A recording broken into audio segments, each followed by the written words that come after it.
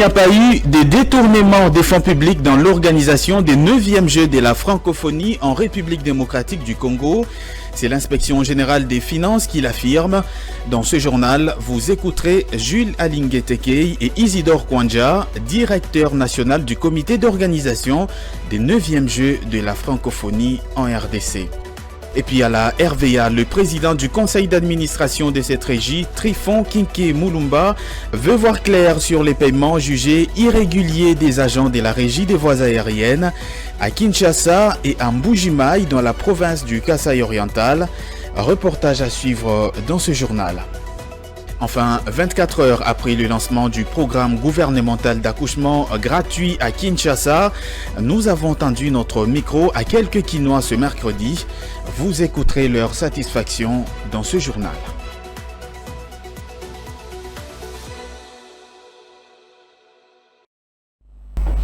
Voilà tout pour les titres de cette édition du journal. Bienvenue à toutes et à tous. Tout d'abord, le vice-premier ministre congolais en charge de l'économie nationale, Vital Kamerhe, a échangé mardi 5 septembre dans son cabinet de travail avec l'ambassadrice des États-Unis en République démocratique du Congo, Lucy Timelin. Les échanges entre les deux personnalités ont tourné notamment autour de la situation économique en RDC. Regardez. Face au progrès significatif de l'économie de la RDC, la diplomate américaine a encouragé les avancées économiques en République démocratique du Congo. Elle a salué le plan de développement amorcé par le gouvernement depuis l'arrivée du président de la République, Félix-Antoine Tshisekedi Tshilombo, à la tête du pays, particulièrement à travers le projet de développement local de 145 territoires. Vital Kamerhe a profité de cette occasion pour brosser plusieurs réalisations déjà palpables à travers le pays, fruit d'une implication sans réserve du gouvernement congolais, et cela dans plusieurs secteurs, dont l'économie, l'éducation, les infrastructures, l'énergie et tant d'autres. Outre ces réalisations, le ministre congolais de l'économie a épinglé la vision du chef de l'État qui prône la revanche du sol sur le sous-sol. D'après lui, les efforts sont conjugués par le gouvernement congolais pour faire de l'agriculture un moteur de développement économique de la République démocratique du Congo, appelé à devenir un véritable grenier d'Afrique. L'ambassadrice des États-Unis a encouragé le gouvernement congolais à poursuivre les efforts pour assurer un essor économique et assurer l'amélioration des conditions de vie de la population. Venons-en maintenant à cette information, je l'ai annoncé dans le sommaire de ce journal. Une séance de travail sur l'évaluation de la mission d'encadrement des opérations financières des 9e Jeux de la francophonie a eu lieu ce mardi 5 septembre à l'inspection générale des finances entre le chef des services de cette institution, Jules Alingué-Tekei, et la direction du comité national de ces Jeux, chapeauté par son directeur Isidore Kwanja. L'IGF a noté avec satisfaction qu'il n'y a pas eu d'effet de détournement des fonds publics lors de cette organisation. L'inspecteur général, chef des services de l'inspection générale des finances, Jules Alingué-Tekei, a eu une séance de travail avec la direction du comité national de 9e Jeux de la francophonie menée par Isidore Kwanja, directeur national. Les deux parties ont évalué la mission d'encadrement des opérations financières des Jeux de la francophonie de l'IGF. Je remercie très sincèrement le président de la République, qui est l'autorité des 9e Jeux de la francophonie, le Premier ministre qui est le superviseur, qui nous ont accompagnés et avec l'IGF pour que ces Jeux soient un succès. Vous le savez, ça a été combattu au niveau international, même au niveau national. Mais l'accompagnement que nous avons obtenu du chef de l'État, du chef du gouvernement, de l'inspection générale des finances, ont fait la différence et je vous informe que c'était la plus grande et la plus belle édition des Jeux de la francophonie. L'inspection générale des finances a rendu des hommages mérités au chef de l'État qui était le président du comité de pilotage de ces Jeux ainsi qu'au directeur national Isidore Kwanja pour la réussite de ce grand rendez-vous des pays qui ont en partage la langue française. Nous en profitons pour rendre un vibrant hommage à son Excellence Monsieur le Président de la République qui fut le président du comité de pilotage des Jeux de la francophonie pour ces grands événements que notre pays venait de réaliser.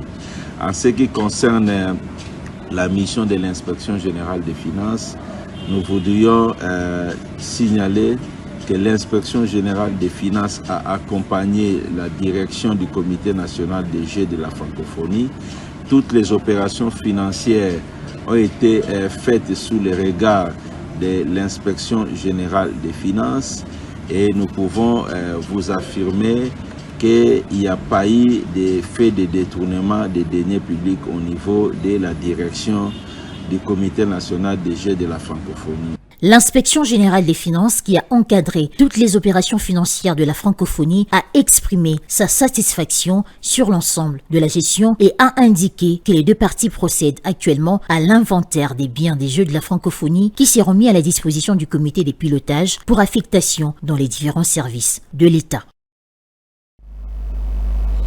Je l'ai également annoncé dans le sommaire de ce journal. Le président du conseil d'administration de la régie des voies aériennes, Trifon Kinké Mulumba, a convoqué mardi 5 septembre 2023 à l'hôtel Rotana, ici à Kinshasa, une importante réunion, une réunion d'urgence avec le comité directeur, mais également l'ensemble des administrateurs et censeurs de cette entreprise du portefeuille de l'État. Objectif, examiner de près les dénonciations des paiements irréguliers des agents à Kinshasa et à Mbujimayi dans la province du Kasaï oriental. Dans ce mot d'introduction, Kinké Mulumba a rappelé le mandat conféré au conseil d'administration, eu regard à l'article 20 du statut harmonisé à l'acte uniforme de l'OADA sur les droits des sociétés commerciales et des groupements d'intérêt économique. Il a par la suite jugé que la situation de crise qui traverse la RVA ne doit nullement être négligée et mérite des réactions promptes. En plus de la grande sociale se rajoute d'une part des défis multiples dont les problèmes liés à l'exploitation aérienne et d'autre part l'absence totale d'une communication d'image de cette entreprise du portefeuille. Nous fondons sur le prescrit de l'article 20 des statuts harmonisés de l'acte uniforme de l'OADA sur le droit des sociétés commerciales et du groupement d'intérêt économique. Notre conseil d'administration dispose du pouvoir de déterminer les orientations de l'activité de notre société et de veiller à sa mise en œuvre assurée par la direction générale.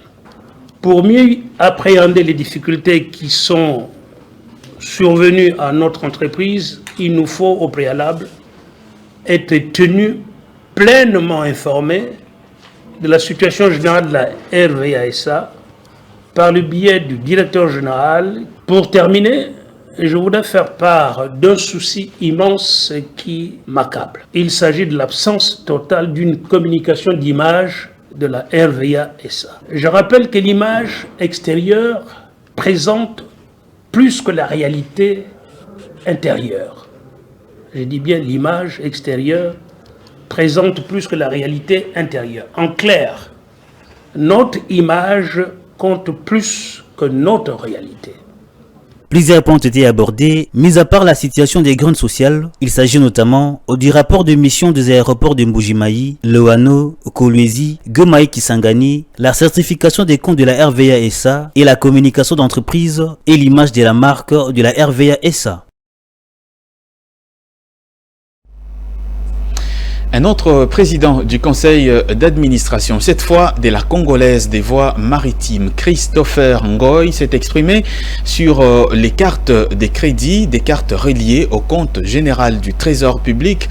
L'utilité de ces cartes demeure un sujet délicat après qu'elles ont fait l'objet des scandales à la suite des utilisations abusives par certaines autorités à une certaine époque. On l'écoute. Une carte, c'est également une valeur.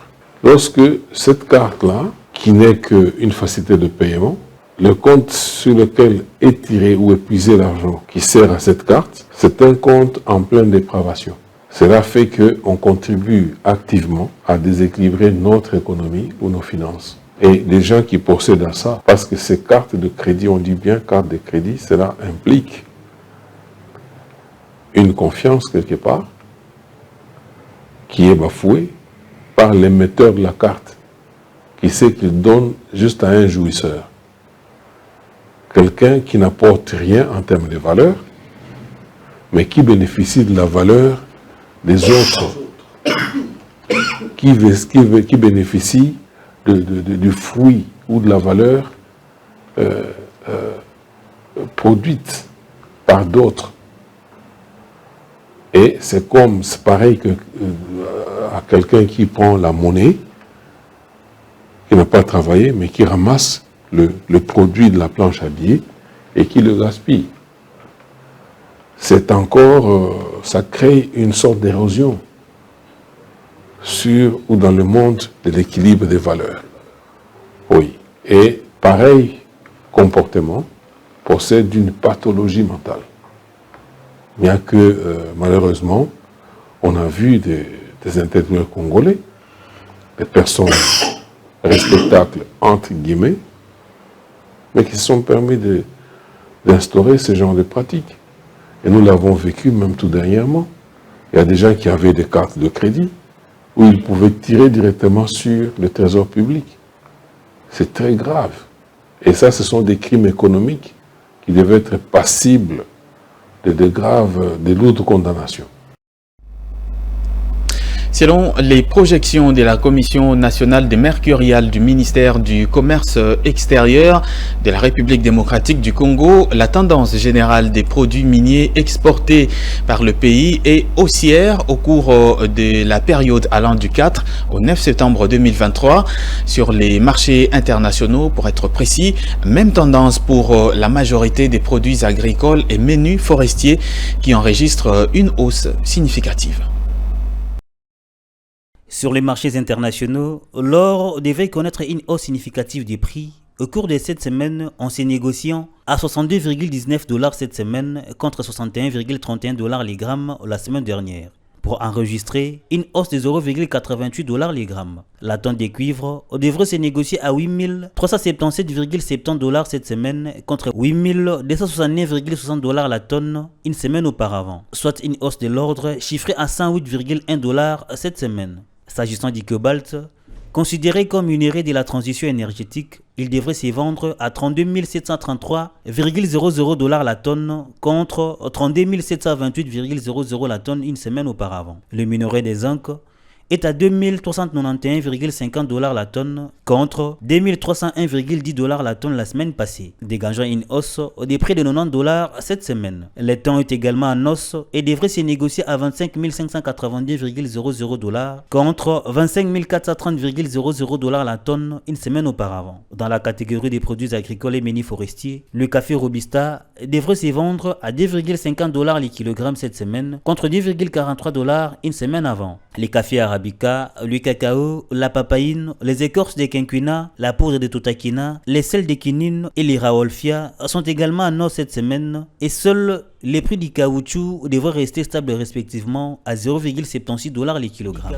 Je l'ai annoncé dans le sommaire de ce journal, environ 200 millions de dollars américains sont alloués pour assurer la gratuité de l'accouchement en République démocratique du Congo, une allocation des fonds qui rentre dans les cadres du premier paquet du programme de couverture santé universelle. Cette première phase de ce programme, lancé le mardi dernier par le président de la République, a suscité 24 heures après la satisfaction de la population congolaise qui réagit dans ce reportage de Divine Mwenze et Pichunzita.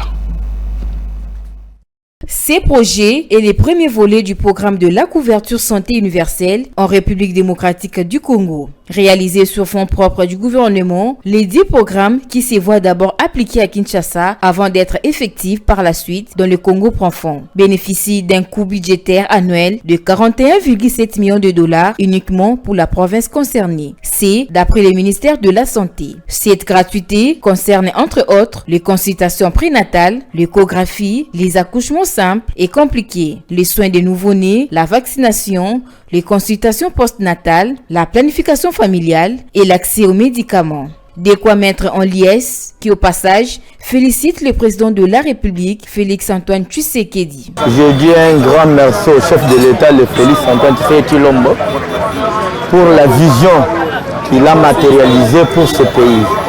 D'abord, quand moi je suis en train de parcourir ce qu'il avait promis, il est en train de se dépasser, d'accomplir. C'est ça un homme d'État. Il parle, il le réalise. Nous sommes très heureux de cette nouvelle. Nous en remercions énormément le chef de l'État qui a porté ce projet à sa matérialisation. Il a agi dans l'intérêt de ses compatriotes et cela traduit son sens élevé d'un vrai patriote. Mon souhait est que ce projet s'étende sur toute l'étendue de la République démocratique du Congo. Il ne se limite pas seulement à Kinshasa, car dans nos provinces, il y a bien de gens qui souffrent encore et qui ont amplement besoin de ce programme.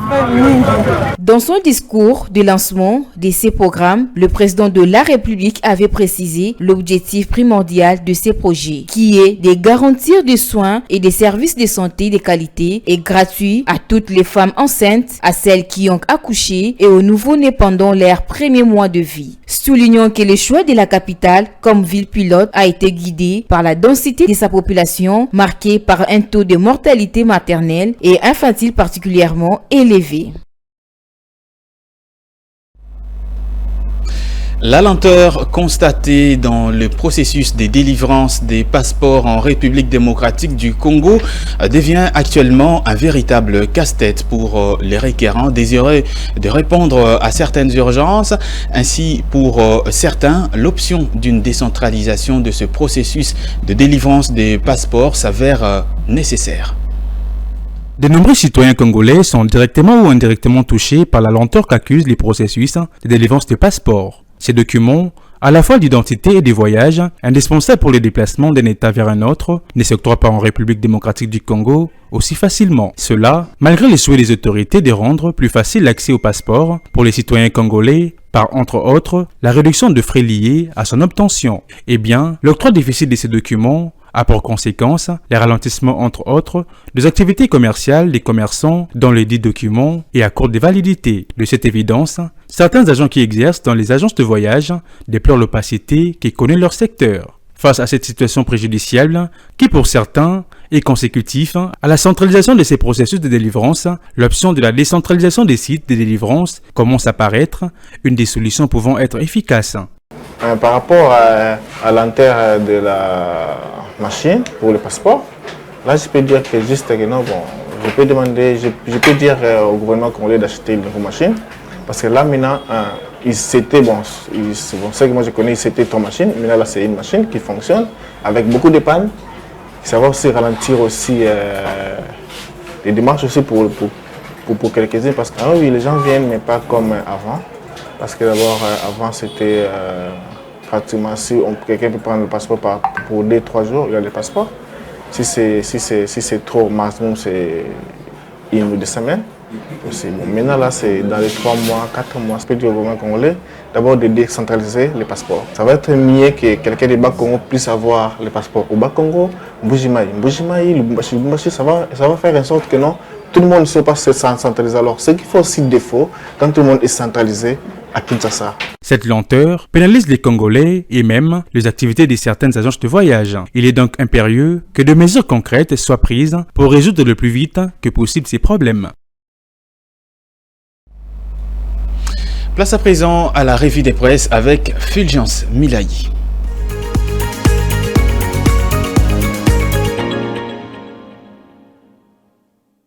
Bienvenue à tous dans cette revue de presse sur Ecofin Télévision. Et commençons avec les groupes L'Avenir qui, dans sa page numéro 3 écrit à l'hôpital militaire du Kanchachi, Tshisekedi lance la gratuité de la maternité et la prise en charge de nouveau-nés à Kinshasa. Le chef de l'État Félix Tshisekedi a procédé le mardi à l'hôpital militaire du Kanchachi au lancement du programme de la gratuité de la maternité et des soins des nouveau-nés.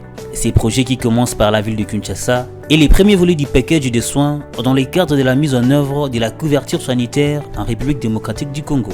L'objectif fondamental de ces programmes est de garantir des soins et des services de santé de qualité et gratuits à toutes les femmes enceintes, à celles qui ont accouché et aux nouveau-nés et pendant leurs premiers mois de vie, a ainsi indiqué le chef de l'État. Le choix de la capitale comme ville pilote a été guidé par la densité de sa population marquée par un taux de mortalité maternelle et infantile particulièrement élevé.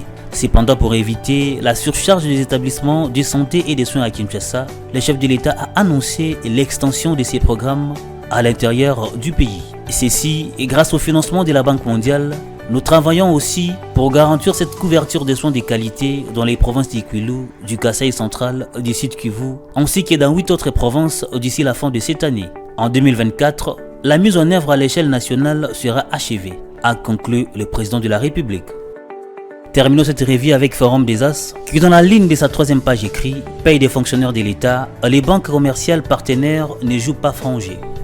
Depuis quelque temps, pour les agents et cadres de l'administration publique qui touchent leur salaire dans les banques commerciales à qui l'État congolais a confié cette tâche, c'est un véritable calvaire pour percevoir l'air dû. Ces banquiers s'arrangent très souvent à rendre inopérationnels leurs distributeurs des francs congolais. Une affiche est postée « Désolé, les distributeurs est indisponible. Prière de revenir plus tard ». Curieusement, c'est toujours pendant la période de la paye que ces désagréments surviennent. Mais au même moment, les distributeurs de dollars ne posent aucun problème. En effet, le jeu est facile. L'astuce de ces banquiers consiste à gagner davantage sur les dos des pauvres fonctionnaires en les obligeant à toucher leur modique salaire en devises américaines pour que éturent des dividendes fabuleux. C'est tout simplement amoral de la part de ces partenaires à qui les gouvernements a fait confiance. C'est tout simplement amoral de la part de ces partenaires à qui les gouvernements a fait confiance. C'est ici que nous déplorons les rôles passifs et inutiles des syndicalistes autoproclamés de l'administration publique qui ne lèvent pas la voix pour défendre leurs affiliés. Tant qu'il en est ainsi, cette malheureuse situation va perdurer et ce sont les pauvres agents et fonctionnaires qui vont en partir. Il importe donc que les gouvernements rappellent à l'ordre ces banquiers pour qu'ils s'acquittent honnêtement de la mission leur confiée.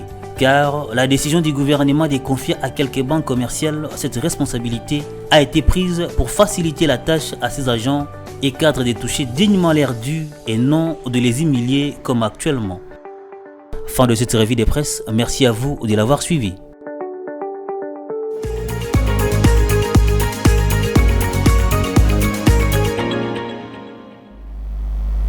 Nous sommes arrivés à la fin de cette édition du journal, mais si vous nous avez pris diffusion en cours, voici tout de suite le rappel des titres. Il n'y a pas eu de détournement des fonds publics dans l'organisation des 9e Jeux de la francophonie en République démocratique du Congo. C'est l'inspection générale des finances qui l'affirme. Dans ce journal, vous avez écouté Jules Alinguetekei et Isidore Kwanja, directeur national du comité d'organisation des 9e Jeux de la francophonie en République démocratique du Congo. Et puis à la RVA, le président du conseil d'administration de cette régie, Trifon Kinkei Mulumba, veut voir clair dans les paiements jugés irréguliers des agents de la régie des voies aériennes à Kinshasa et à Mbujimaï dans la province du Kasaï oriental. Vous avez suivi le reportage dans ce journal. Enfin, 24 heures après le lancement du programme gouvernemental d'accouchement gratuit à Kinshasa, nous avons tendu notre micro à quelques Kinois ce mercredi. Dans ce journal, vous avez écouté leur satisfaction.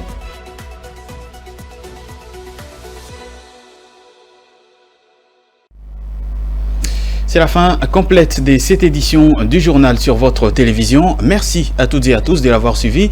Je vous souhaite une très bonne suite des programmes sur nos antennes.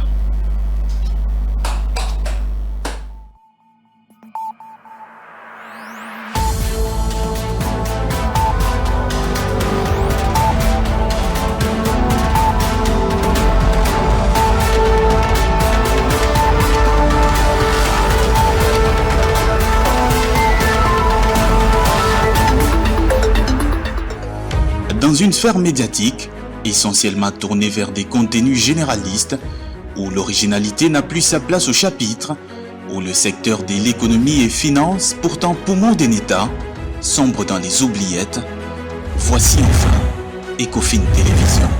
Économie et finance télévision, votre chaîne thématique essentiellement économique, vous offre un contenu original. Nous traitons des questions monétaires, commerciales, énergétiques, minières, pétrolières et environnementales.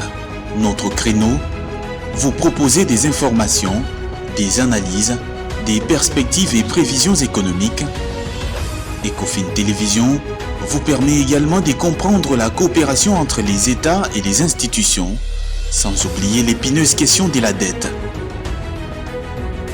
Ecofin Télévision, tout savoir sur les investissements, les échanges commerciaux, la balance commerciale et la balance des paiements, le taux d'échange, l'état des lieux de la lutte contre les détournements des finances publiques, la coopération bilatérale ou multilatérale. Ecofin Télévision vous explique comment l'économie nationale est directement liée à l'économie mondiale. Notre particularité fait notre originalité. C'est pourquoi nous disons Ecofin Télévision, mieux que savoir sur l'économie et finances, comprendre.